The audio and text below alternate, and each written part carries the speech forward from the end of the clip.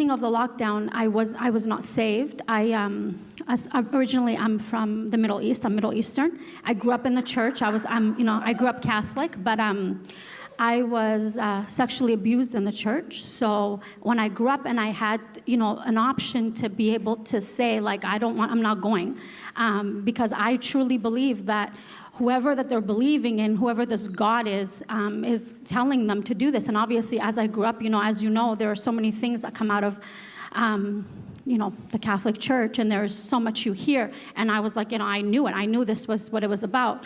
So I was tormented inside because of what I had gone through. But I was brought up, when that was happening to me, they always said, this is going to ruin your life. Like, you're never going to do this. You're never going to do that. You're never going to accomplish this. And so I made sure, I was like 8 or 9 years old. I'm like, what? When I grew up, I'm not going to be a victim. I'm not going to allow these things to limit me or to bring me down or to stop me from accomplishing what I have to accomplish. So, I grew up and I accomplished things. I mean, I ran a successful business. I had an education.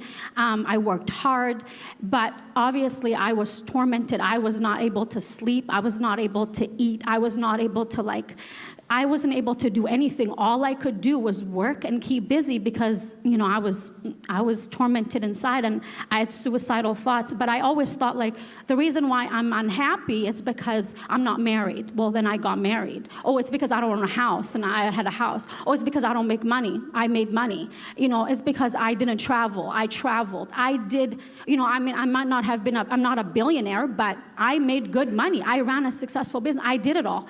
And I had children. And, I accomplished all those things, and I realized, what, I'm married to a wonderful guy. I have 4 beautiful children. I have a great family. I have great friends. So nothing was wrong. On the outside, I had a perfect life, but I was done inside. So, in December, I was like, I'm done.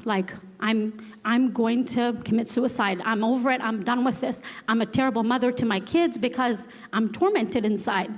And I'm a terrible wife to my husband. I'm not a very nice sister. Anyway, so I made this plan. Now, I didn't want to leave my husband high and dry. So I got out our life insurance. I made sure suicide is covered. I made sure he knew our passwords to our accounts because I ran our finances.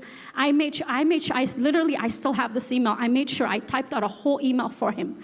Now, it was Christmas time. I had 3 children at the time. I'm like, well, I'm not going to do it during Christmas, so I didn't. Then my son's birthday is in January. I also didn't do it in January. I had a couple of people that worked for me that their parents had committed suicide, and they always blamed themselves. So I wanted to record a video for my kids so they could know that,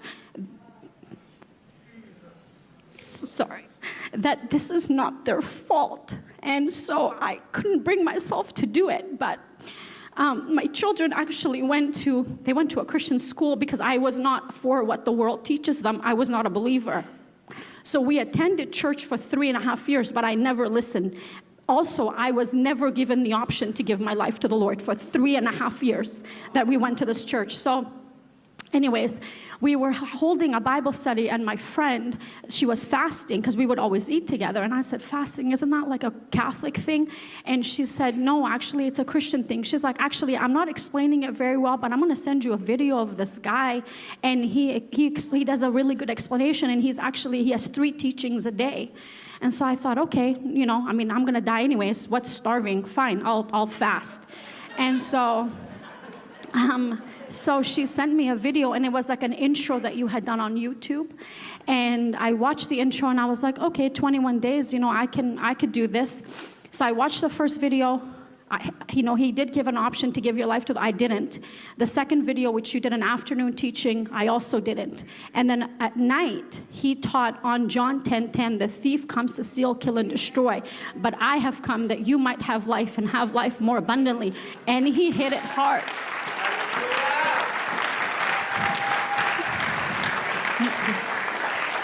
And he hit it hard. And that was February 17, 2020.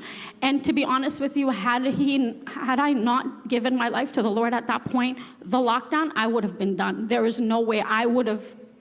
My plan was to jump off of Port Mann Bridge because I was like, I'm done. It's done. And so I gave my life to the Lord in What February. age were you then? 32. 32. Yes, yeah.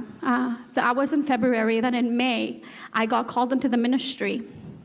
And the Lord, so I went to Bible school. I did 3 years of Bible school, and I sold my business at the end of that year. And, I've been doing ministry full time. But in December, we didn't have a church because, everything was closed. And I didn't know what I knew now. I didn't know, how it all works. So I heard Evangelist Jonathan talk about his sister because the borders were closed. I refused to get vaccinated. My husband and I didn't.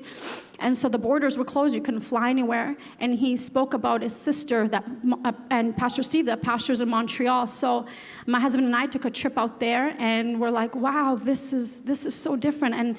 And so in January, I was like, I felt the Lord to lead me to contact them.